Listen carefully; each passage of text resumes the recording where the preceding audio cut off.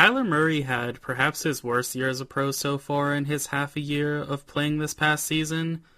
He was 20th out of 35 in expected points added, which if you don't know what that stat means, I have a video that breaks it down.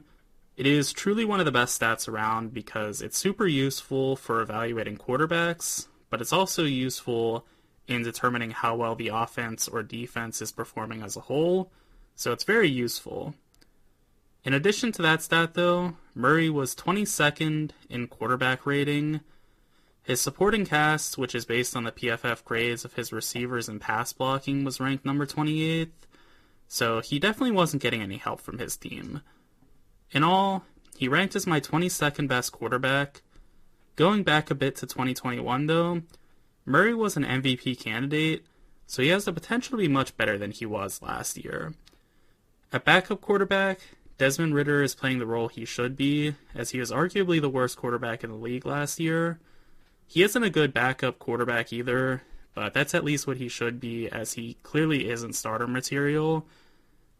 I hate to rag on him too much, but I don't think he gets talked about enough for being as poor of a quarterback as he is, because his stats are glaringly bad, and if you watch him play, it matches up also. So he is really rough, but at least he's in the role he should be now.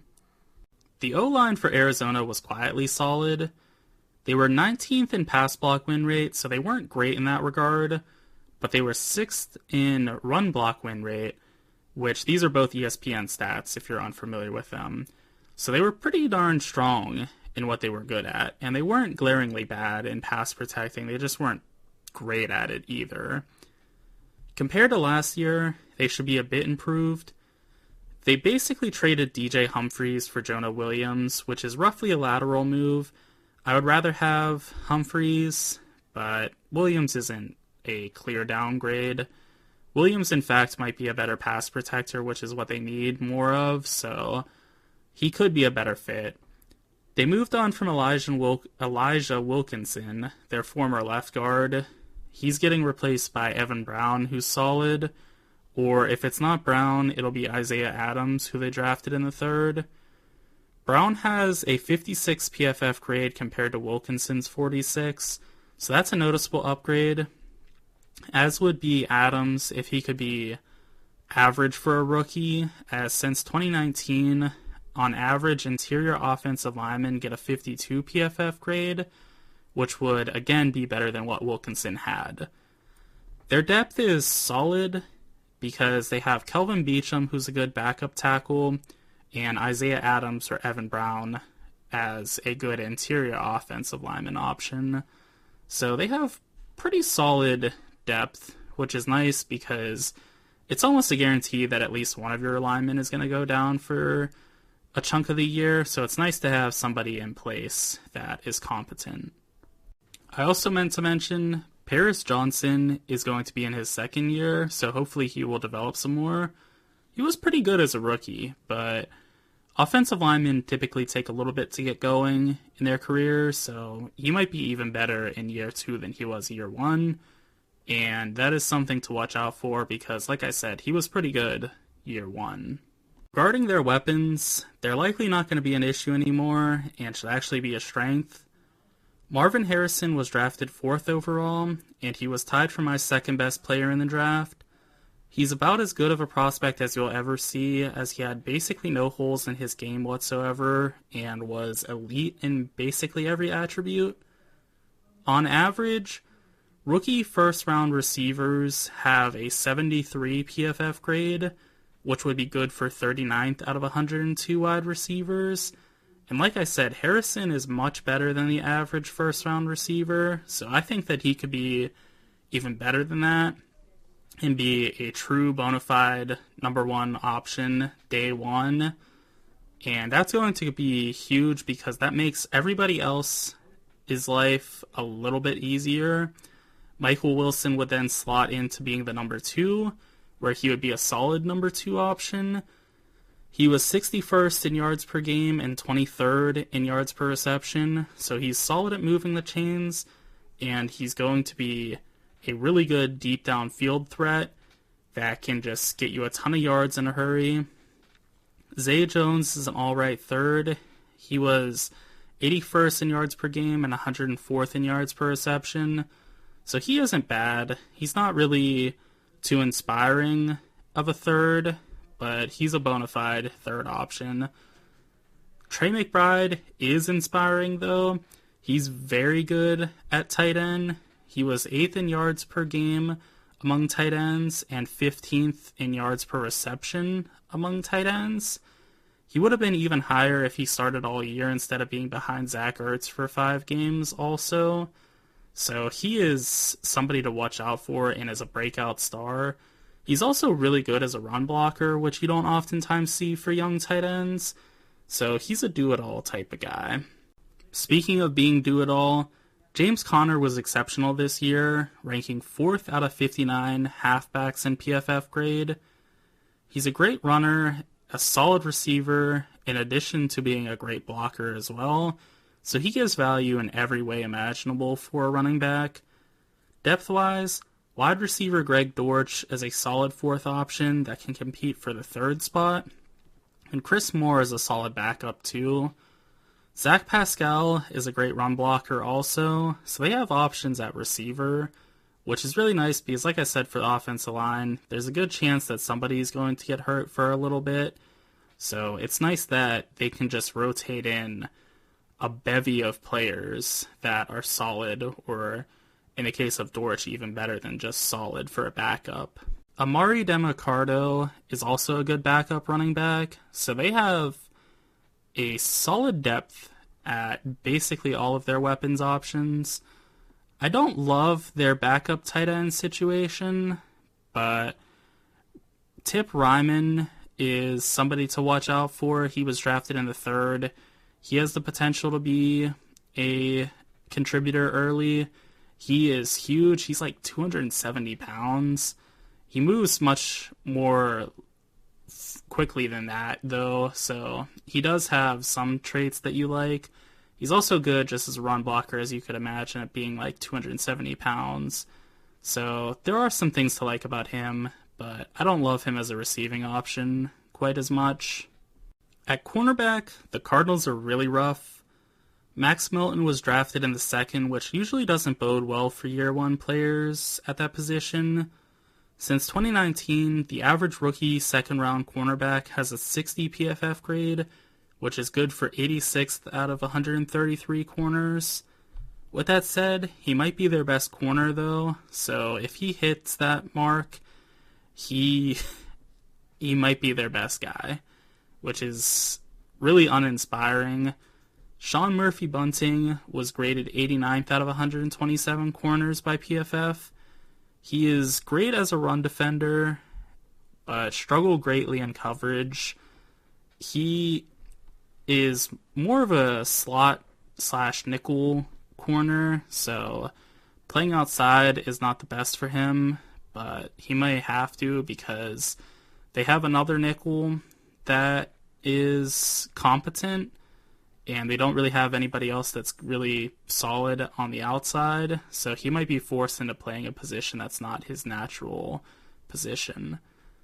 At nickel, Garrett Williams was ranked 95th out of all corners, so he is another non-guarantee. He was a rookie last year, so he has a chance to develop, but I don't feel great about him. At safety, they are actually really solid, though.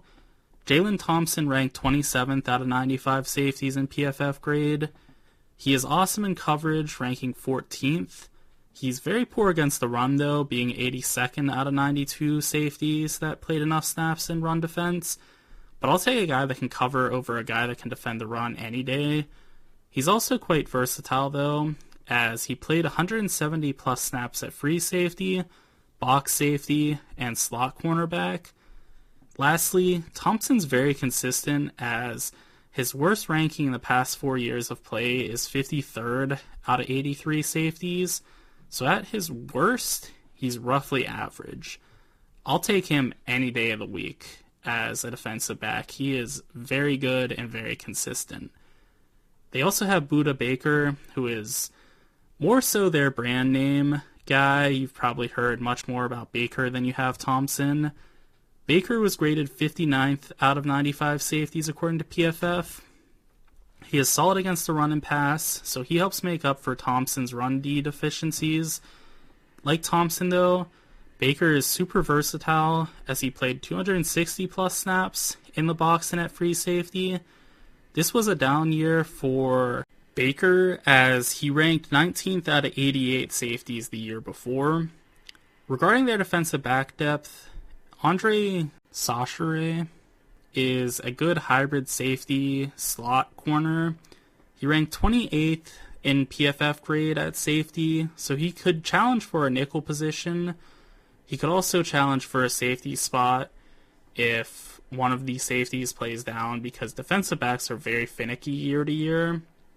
He's the only interesting piece aside for rookie cornerback Elijah Jones, who was drafted in the 3rd, and Dadrion Taylor Demerson, who is a safety that was drafted in the 4th. So they have some options to rotate in, but there's nobody that you feel really safe with as a guarantee to be good, which is very worrisome because in the defensive back realm, you're as good as your weakest link is, and it appears that they're going to have several weak links. On the D-line, Arizona is not particularly good either. Zaven Collins finished 67th out of 122 in edge pressures. He is a great run defender and has a ton of potential as he just converted to edge rusher from linebacker.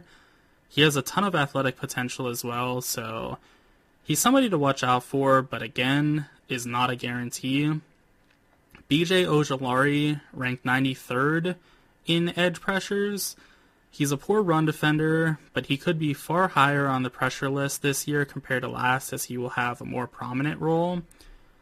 Justin Jones was 31st out of 142 in defensive interior pressures. He's awful against the run, but can get after the passer a bit, so he has some value. Darius Robinson was drafted in the 1st, but he was my 45th best player in the draft, so I'm not super high on him. Since 2019, rookie first-round defensive interiors average a 60 PFF grade, which is good for a nice 69th out of 142 ranking. So he can have a good impact year one, but I'm not betting on it necessarily because I don't have the highest hopes for him. I think he's a tweener in not the best ways because I don't think that he's athletic enough to be an edge.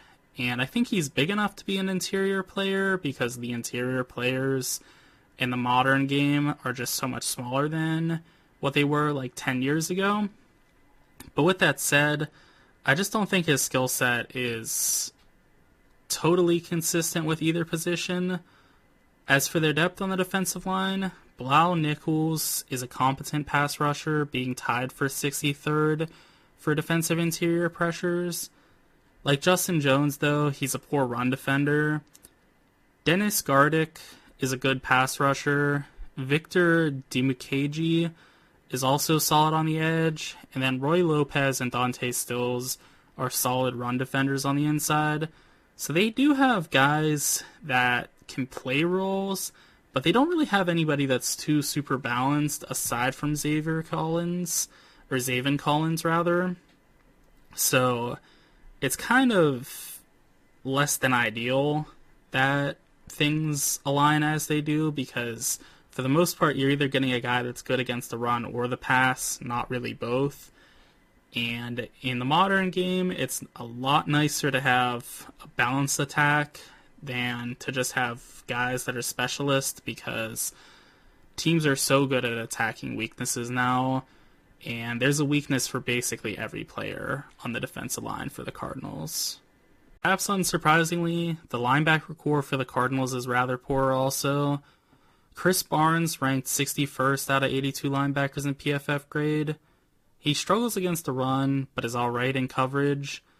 Kaiser White was 64th in PFF grade. Likewise, he is a below average player against the run and is alright in coverage, so they're at least competent in a valuable aspect, but they're basically defensive backs at linebacker. They're just not good against the run. Their depth at linebacker is non-existent too, so there's not really too much of a hope for them, as there's basically nobody that you would expect to break through and be a new starting player for them. It's basically cut in stone what they have. In all, Arizona has a massive range in what they can be. Kyler Murray could be a top 10 quarterback, or he could be bottom 10 as well. The O-line isn't great, but it is good enough, especially if Paris Johnson can develop some more. Receiver-wise, Marvin Harrison Jr. should be electric year one, and Michael Wilson could be a very solid wide receiver too. Moreover, they have depth in Greg Dortch and Zay Jones, then Trey McBride and two good running backs is nice. Defensively, they need a lot of work. The defensive backs are about as bad as anybody's in the league. The defensive line is poor against the run and just alright against the pass. And similarly, their linebackers are poor thumpers and okay in coverage. So, I don't love this team, but I do definitely see the upside. They have a ton of things to like and a ton of things to be worried about also. Those are my thoughts on the Cardinals. Be sure to let me know what yours are in the comment section below. And also be sure to like and subscribe for more NFL content.